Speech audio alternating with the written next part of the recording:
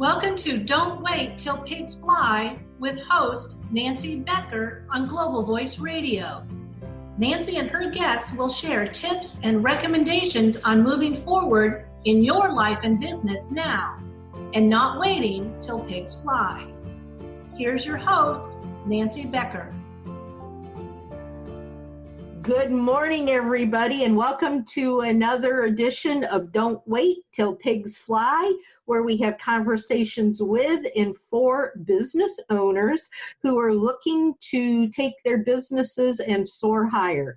They're tired of waiting for those darn pigs to fly, and they want the information they can use now to get their business growing and being the success that they've always dreamt it would be. Today, we're talking with Dave Blum. He is founder and president of Dr. Clue Treasure Hunts, the world's largest team-building treasure hunt company. He earned a BA in English from Pomona College in Claremont, California, a professional coaching certification from IPEC, and is the immediate past president of Santa Rosa, California Toastmasters.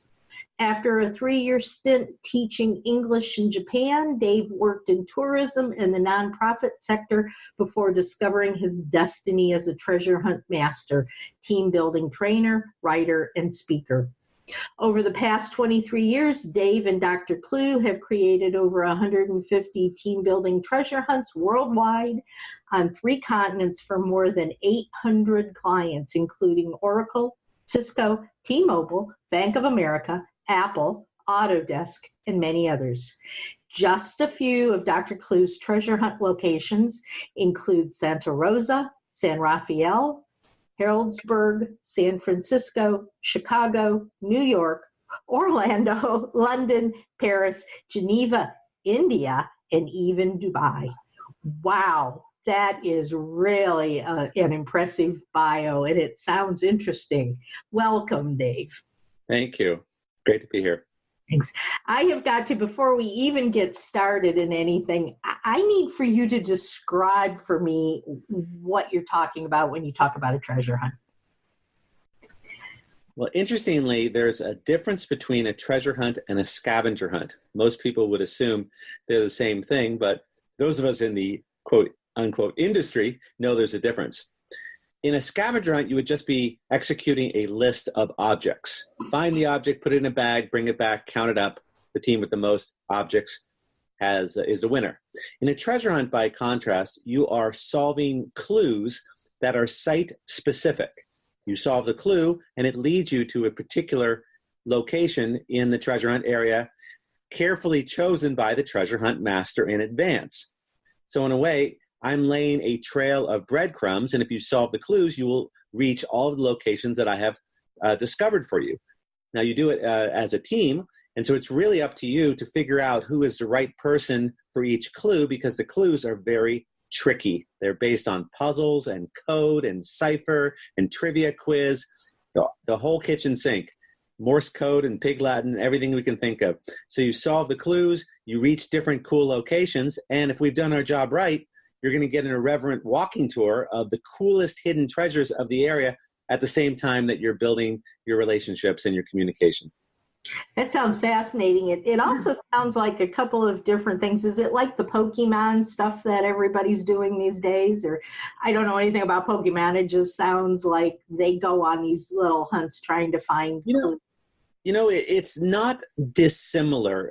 The Pokemon and geocaching, if you've heard of that, all are kind of computer-based and cell phone-based and technology. And our hunts, we occasionally do use a smartphone app just to help gather photos and videos. But primarily, a great treasure hunt needs to be old school, I believe.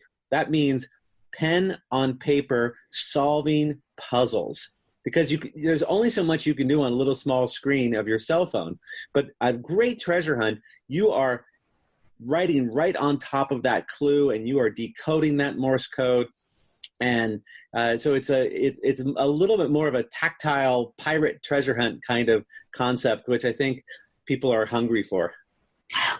Yeah, and I know there's a couple of businesses that have opened up around here recently that sound a little bit as well like this, and they're like The Great Escape or something like that, I think is the name of them, where you get locked in someplace and you have to try to figure out how to get out of them. Is it like that at all? Because I know you have to solve questions and math and stuff. Well, what you're describing is a slightly different concept, just called an escape room.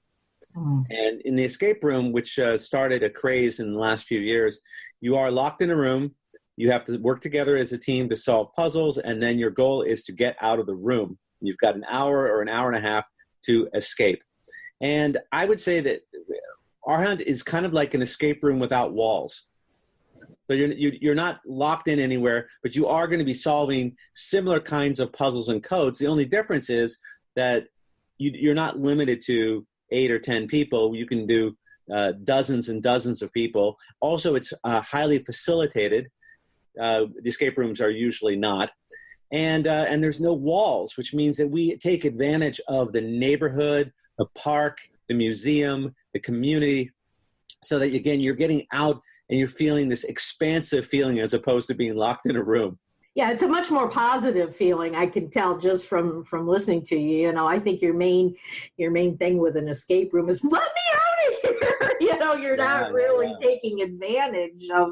It can be a little bit stressful, particularly because there's no facilitation per se. It can be kind of chaotic. Just everybody running around. What do we do next? Whereas our programs really actually coach people on how to be a high performance team. Well, and that was actually going to be my next question is, how this sounds like a wonderful, wonderful thing just for people to do for energy, excitement, something to do in an afternoon. But you're talking about doing this with all these huge, big businesses. How does something like what you do have to do with businesses? Well, I think most of our clients, their number one priority is that they have dispersed teams geographically, and they don't know each other very well. And there's definitely a feeling, and proven by a lot of science, that when people don't know each other, it's much more difficult for them to trust. And then, of course, it's much more difficult to get work done. And so we definitely want to lower the water level a little bit so people get to know each other. So regardless of anything else, people will get to know each other's superpowers, right? And I think that's and there's a lot to be said for that. But there's also a great deal of strategy involved in our game, and the parallels back to the workplace are pretty clear. You have to again, you have to figure out what order you're going to do the clues. How long are you going to spend on each clue? What roles are people going to play? How are you going to make your decisions? All of these various things we actually coach people on. They actually do a team contract at the beginning of the hunt where they figure out what their ground rules of behavior are, what their roles are going to be, what their walking speed is. One of the most important questions actually is we ask people, regardless of whether you win or lose, what is a win today? Because I think so many people get caught up in a competitive mindset that is more of a zero-sum game. If we win, it's a success. If we lose, it's a failure. And that is a very dreary and stressful life if you live that way. And so I really want people to dig deep and think about what is a success no matter what happens to the results of the game. You know, I once heard it said that that if you're number one in the industry, obviously you're making a load of money. But if you're number two in the industry, you're making a load of money.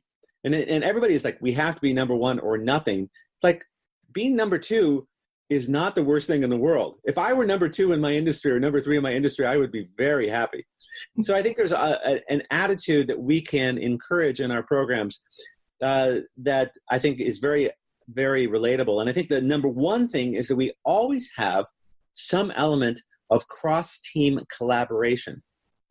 That means that you'll have a clue or a series of clues that you can't do alone. And slowly it dawns on you, we don't have the resources or the information to solve this clue by ourselves. Do we have to talk to one of the other teams? And usually it's a disconnect because people have already fallen into a tribal mentality that the other team is the enemy and we can't talk to them. If anything, we should sabotage them. But what's interesting is that we can interrupt that and say, maybe if you work with the other team, there's an advantage. Maybe if you see other teams and other departments and other divisions as potential allies and partners as opposed to enemy, that maybe there's an advantage. And that's an innovation that everyone takes away from our programs. And almost always they'll say to me afterwards, if I had to do this again, I would look to partner earlier.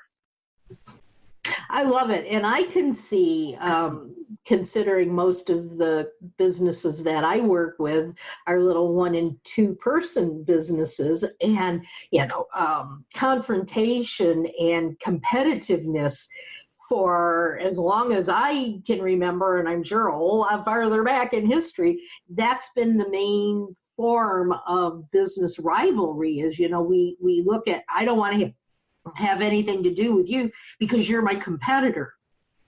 Yeah. Well, if you did something like this where you were at a conference of small businesses, like the conference that I do every year, and we set out one of your treasure hunts as one of the exercises at my conference, each person is going to have to realize that, hey, we're really not the competition, and that, just because we're both coaches doesn't mean that we do everything exactly the same. And if we work together, we're going to do a whole lot more in the long run than if we fight with each other. I think that's a brilliant idea.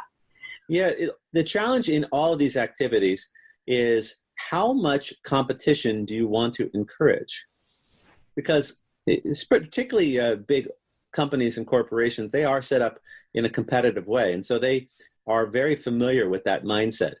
On the other hand, as we also know, if competition is taken to its illogical extreme, then it can be very cutthroat, and it can be a very negative feeling, and it can be non-bonding and non-relationship building. If everybody leaves taunting and teasing each other or sabotaging each other, then how does that send the message that we're all in this together? We're all under one umbrella. We're all part of one organization.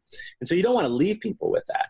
And so it's always my challenge is, how can I still have a game, which games do tend to have some, unless you're playing a complete cooperative game, and those are out there tends to be some question of someone does get the highest score and someone gets recognized for that. And I think that can be fun, but I think it needs to be tempered in some way.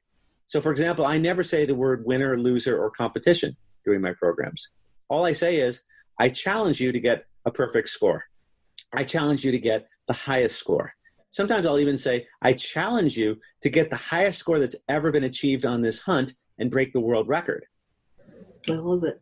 And that is very interesting, because now you are challenging yourself against a milestone or a landmark rather than comparing yourself to others. Sometimes I'll even say, okay, we're going to take all of your team scores, put them together, average them, and I'll let you know how you did against other companies. And that can be interesting. Yeah.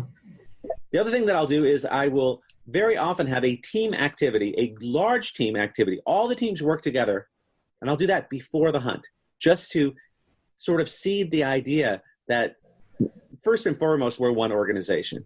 And so I'll do some sort of a big team activity. Then they'll split up into small teams. And at the end, we'll do a final big team activity.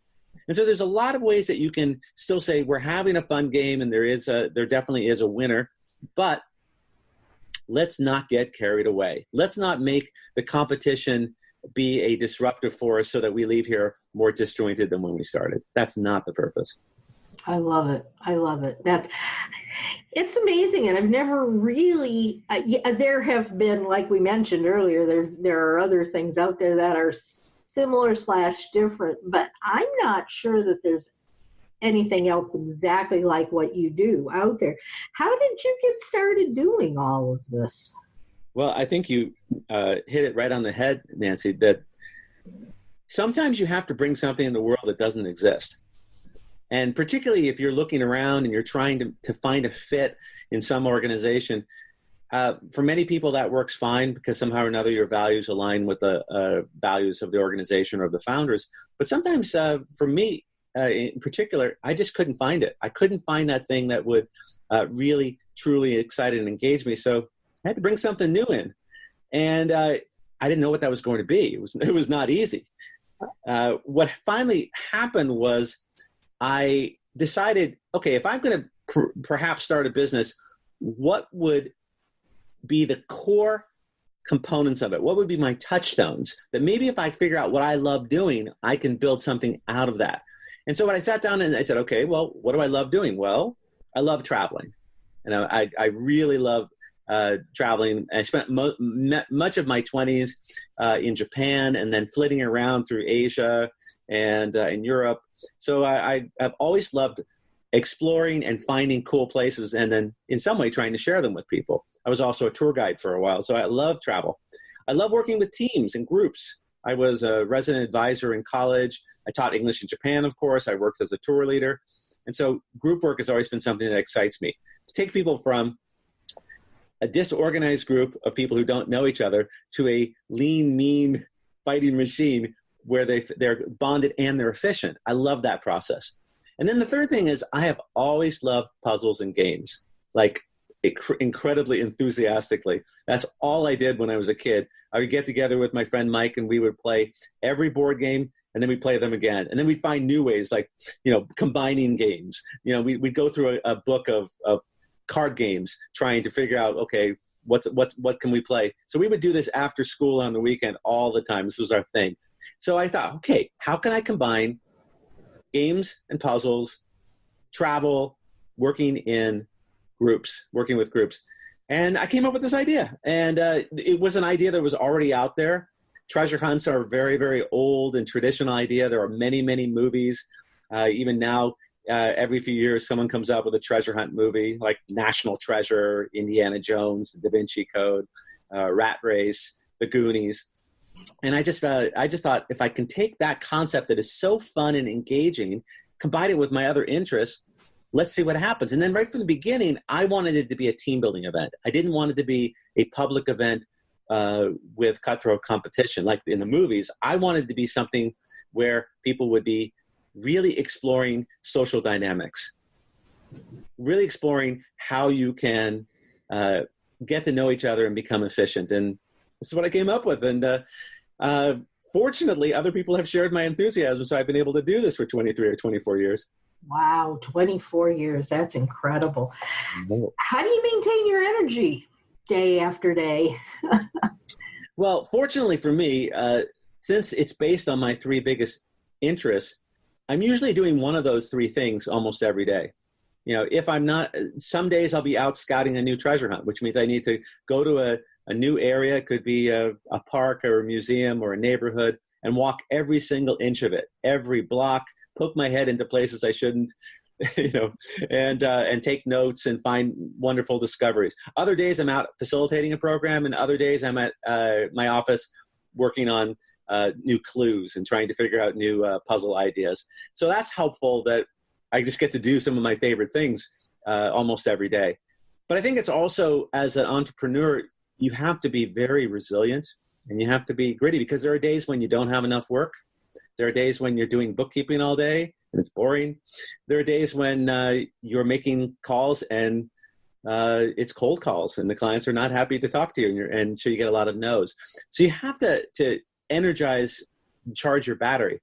And there's nothing new to what I do. There's no secret. You have to eat right. You have to get enough sleep. You have to exercise. I'm a great advocate of meditation, which I do every day. And I've recently taken, I just was listening to an interview with this amazing fellow named Wim Hof, who talked about taking a cold shower every morning. No, thank you. I felt the same way, but apparently it does all sorts of amazing things to your system and to your brain. And so I've been trying it recently, and I cannot tell you how absolutely much more alert I feel after I've done it. But it takes all of my willpower to do it. But I mean, again, that's what I think being a successful entrepreneur is really all about, is having the discipline to put in place all of the structures that will make you the best version of yourself. And, for me, it's, I eat a plant-based diet, and I exercise and run, and I meditate, and I do all these things. And it's all at the service of being absolutely switched on from the moment I get up in the morning. Sounds like a wonderful life. It's not easy. There are times when I just want to sleep in and go have a croissant, but Sounds like I'll see you later. That sounds like a good idea. Oh, goodness. You talked a couple of minutes ago about making cold calls and having people say no and not being happy to talk to you. Who is your ideal client? Who is it that you want to be as passionate about doing something like this as you are and just say, yes, where do I sign up? Who are you looking for? Well, I'm really looking for a manager who specifically feels like that this team could be more. This team could be more efficient, more powerful, more bonded, more engaged. And they've identified this, and they're not exactly sure why, but they feel like, there is much more that this team is capable of. And those are the people I'm really looking for. And usually, like I said, it starts with they just don't know each other very well. And so I'm looking for people who are coming very often for a meeting, and they've got people coming in from all over, and they know that these people haven't had much face time, and that if they could get people in the same place on a common activity with a common goal, with common motivation, so they could have that experience of sort of going to battle together, and then the memories that come out of a structured project together.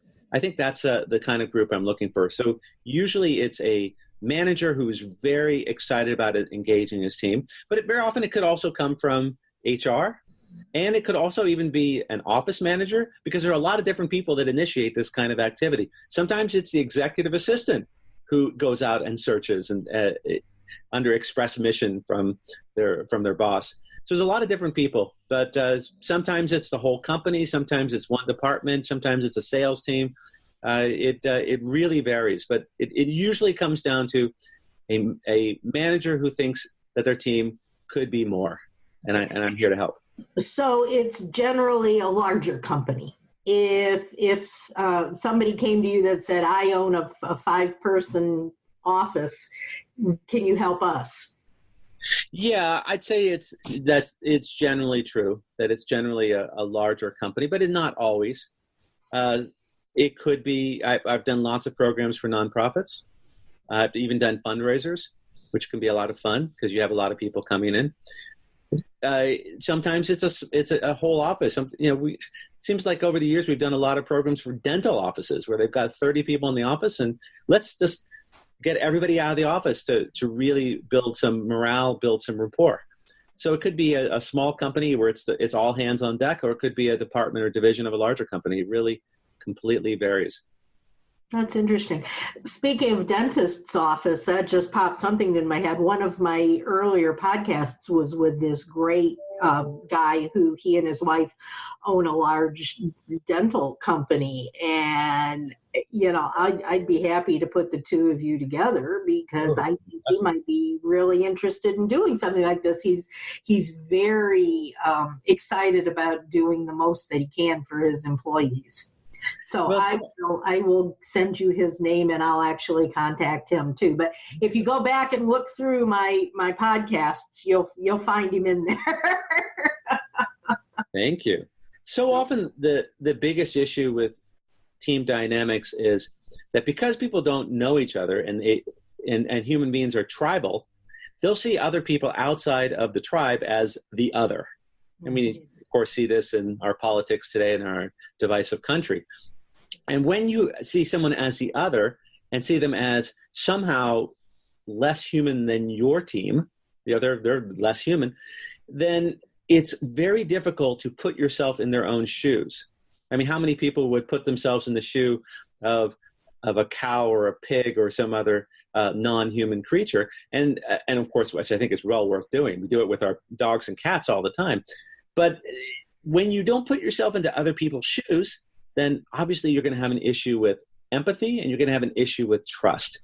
And I think that's what we're really trying to build, is people walking in other people's skins for a little while and building that trust. And anyone who sees that and is enlightened enough to see how much impact that has to the joy and engagement that bring to work, that's what we're really looking for. Well, and I think, don't we as business owners and as potential clients, you hear the word trust constantly. Yes. And you have to build trust before somebody's ever going to work with you. Well, I think we have to, as business owners, we have to be able to put ourselves in our potential clients' shoes. Absolutely. Understand what it is they're looking for, and at the same time allow those clients to be able to reach out and trust you, and to be open and honest and have integrity in order for your clients to buy from you as well. But Nancy, what is trust exactly? How would you define it? Believing what somebody says, I think, for me. I don't know. You tell me. Well, actually, I've done a little study of it. It's one of the things that I get out and speak about quite often, is that there actually are 5 components of trust. And usually they're not broken down, but it's really helpful to think about it. For example, usually when people think about trust, they think about the fact, does this person walk the walk and talk the talk? In other words, are they reliable? Do they follow through? Do they do what they say they're going to do? Are they worthy of trust? And I think that's absolutely one. Reliability is absolutely key to trusting someone. And it also breaks down into, does that person overpromise? Because if somebody said, and I think it's really important, if you want to be trustworthy, you have to tell people, this is what I can do, and this is what I can't do. And then people will trust you. So you have to absolutely be reliable. And, as soon as that happens, that someone is unreliable, trust goes out the window. But that's not all. You also have to be competent. You have to actually be good at your job. So you have to spend your 10,000 hours to be really excellent at your work. And then you'll be trusted. But there's still more. You have to be sincere.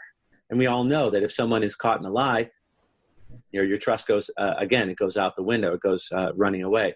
So you have to be sincere. When you're arguing a point, you have to have really thought about it and considered it. And you're not just arguing for the sake of arguing, but you actually believe it and it's true. You also have to be somewhat vulnerable and transparent in your feelings. Because if you've ever met somebody who keeps all of their cards to the vest and you never know what they're thinking and feeling, it's very hard to trust them. It's one of the reasons that even if someone is really loud and crass and you're like, oh, that person is really inappropriate, you still feel a little bit of trust because at least you feel like that person is real and that person is not candy coating it. At least you know where they're coming from. And that's why you have people who you would say, how could those people be friends? They're so diametrically opposite. How can that Democrat and that Republican be friends? It's because they actually feel that the other person is authentic. That person is saying it from their heart. And even though I don't agree with it, I do like that they are truthful and transparent. But you can be all of these things. You can be competent, reliable, you can be sincere, you can be transparent and authentic, but you can still lose trust if you're missing one factor. And that is, what's that? And that is, you have to be caring. It sounds so simple, but it's the one that actually supersedes all of them. That if you are caring, people will trust you. If you honestly listen to them, you put their needs before yourself. If you're a manager and you're saying, here's what I can do to help you with your career goals, even though it won't help me, but I want to push you forward, that goes so far. And even if you're occasionally unreliable, even if you're occasionally get caught in a little white lie, if you are honestly a big-hearted person, that one goes the furthest. And that's why I always tell people, at the end of all of my programs, I'd like you to sit, look your teammates in the eye one by one and tell them what you really appreciated about what they contributed today, what they did that impressed you so much that you really, truly appreciated. Because you have to have that piece where people see that you care about them, see that you recognize what they bring to the table, and then of course you say it back to them. And I think that one is so huge. So all of those components together build trust. And I'm always just a lot of times I will actually front load this and just say during the activity today, please attempt to practice these 5 components, and it will go a long way. I love it. And it makes so much sense. We're having a major issue with the CEO of our local hospital here in town, and probably 3/4 of the town was at a town hall meeting last night ganging up on this guy because he gave people 2 days notice that he was closing down the hospital and that 60 people were losing their full-time jobs, and nobody had known anything about it. So everything that you're saying about trust, I'm thinking, because we went to the talk, he's not honest. He couldn't look anybody in the eye. He couldn't answer any questions. He could care less. He just said, no, I'm not resigning. I could care less. I'm keeping my paycheck. He would promise to do things and didn't come through on him. And I'm going, this guy's got to go. He doesn't fit any of the characteristics of trust. Oh, my goodness. Yeah. It's sad, but I can see from an absolutely practical point of view, everything you just said, I've got right in my head what that means and what that shows when it doesn't happen. And you're so right on. Well, mostly people just feel it instinctively. I trust that person. I don't trust that feeling. I don't know why. I can't articulate it. It's just a gut feeling. But actually, when you break it down, you actually can say, oh, yeah. That's the reason. I trust that person because they're honest, or I trust that person because, I just get the feeling that they care about me. And of course, people in sales use that all the time, right? Yeah. But I think you can be intentional about it and be a much more powerful leader.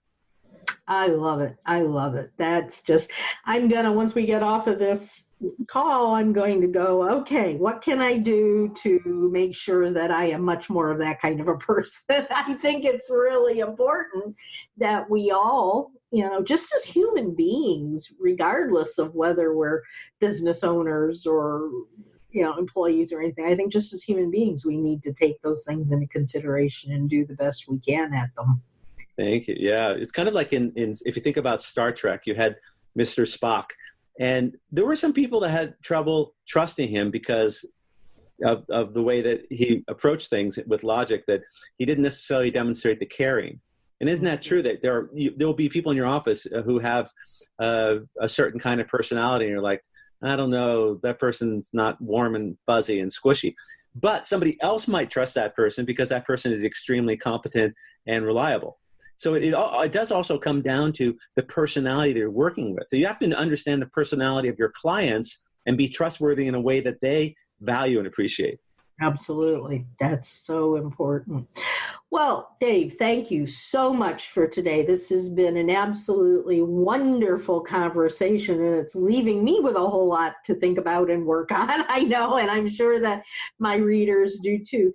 If anyone out there would like to reach out to Dave, I'm sure he would be happy to talk to you. How could somebody send you a message? Well, they can, of course, email me. It's dave@drclue.com, which is dave@drclue.com. That's my website as well, drclue.com, drclue.com. And so come to my website or give me a call, send me an email, and we'll be right in touch. And of course, we're on all the social media outlets that you have to be on these days. We have a great Facebook page, which is called Teamwork Hackers. I love it. I love it. That's great. So if there's anything that you would like to leave the audience with, what would that be?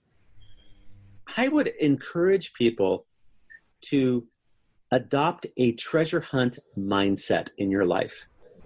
And for example, when I am out scouting a new treasure hunt, I try to approach it with insatiable curiosity and a childlike sense of wonder. And I'm looking down low to see what I can find. And I'm looking up high, and I'm poking my head in here, and I'm poking my head in there, just wondering what new wondrous treasure will be around the next corner. And I would encourage people to approach every day with a sense of intrigue and a sense of mystery and a sense of wonder. And if you can have that treasure hunt mindset every single day, then even walking around your house, you never know what opportunity is going to come next. So be a treasure hunter every day, and you'll enjoy your life. I love it so much. And that's a wonderful way to end this talk today. Everyone, listen to these words of wisdom, and please download this episode, like it, share it with all of your friends. It can be found on Spreaker.com at Don't Wait Till Pigs Fly. We air on Thursday evenings at 5 p.m. Eastern Time, and you can hear Dave's presentation as well as many other wonderful words of wisdom from other business owners out there. So until we talk again, go out there, be productive, don't wait for pigs to fly, and let your business soar higher.